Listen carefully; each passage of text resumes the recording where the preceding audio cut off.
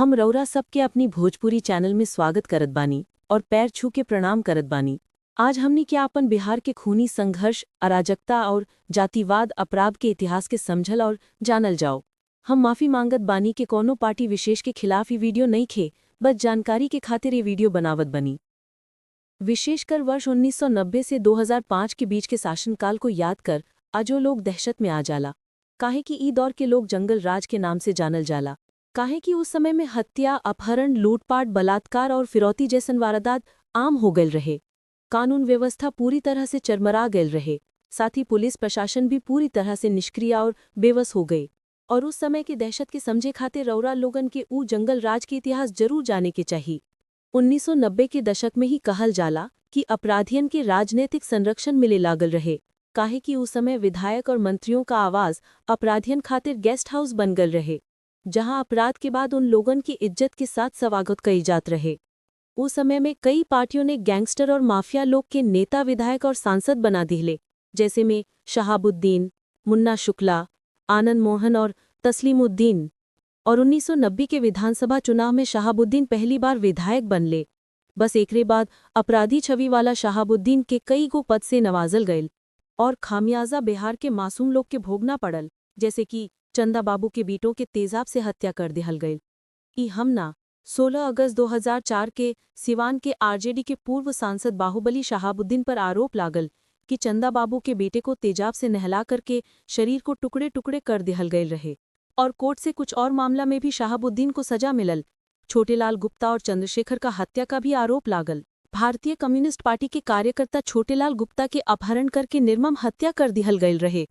फिर मार्च 1997 के दिन जेएनयू के छात्र संघ के अध्यक्ष रहले चंद्रशेखर के सिवान में ही हत्या कर दिहल गईल। आज भी कहल जाला कि बाहुबली सांसद शहाबुद्दीन के इशारे पर ही उनका गुर्गों के लोग ने ई अंजाम को देले रहले। और आरोप ई तक लागेला कि कानून व्यवस्था को ताक पर रखकर सरकार भी इनके आगे नतमस्तक हो गए रहे।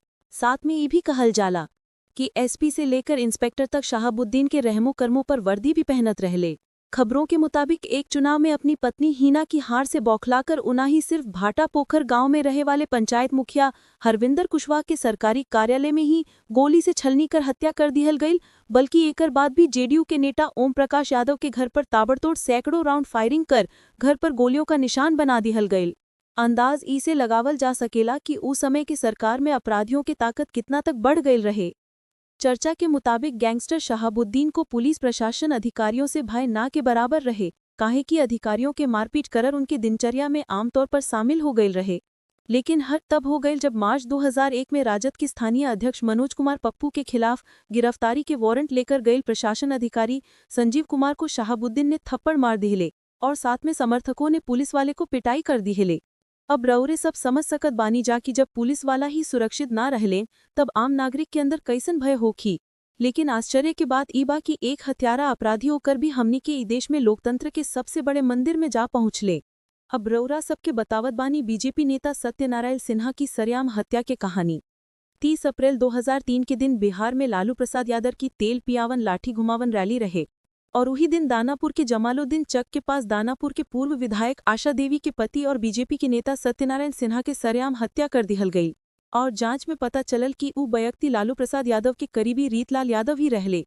फिर हम रौरा सबके बताई कि 5 दिसंबर 1994 के दिन आईएएस अधिकारी जी कृष्णैया की हत्या कर दिहल गई और पूरा देश में सनसनी फैल गई कि दरअसल में तब आनंद मोहन की बिहार पीपल्स पार्टी के छोटन शुक्ला के हत्या के बाद उनकर समर्थक ही जुलूस के साथ में शव के लेकर के अंतिम संस्कार करे खातिर जात रहले।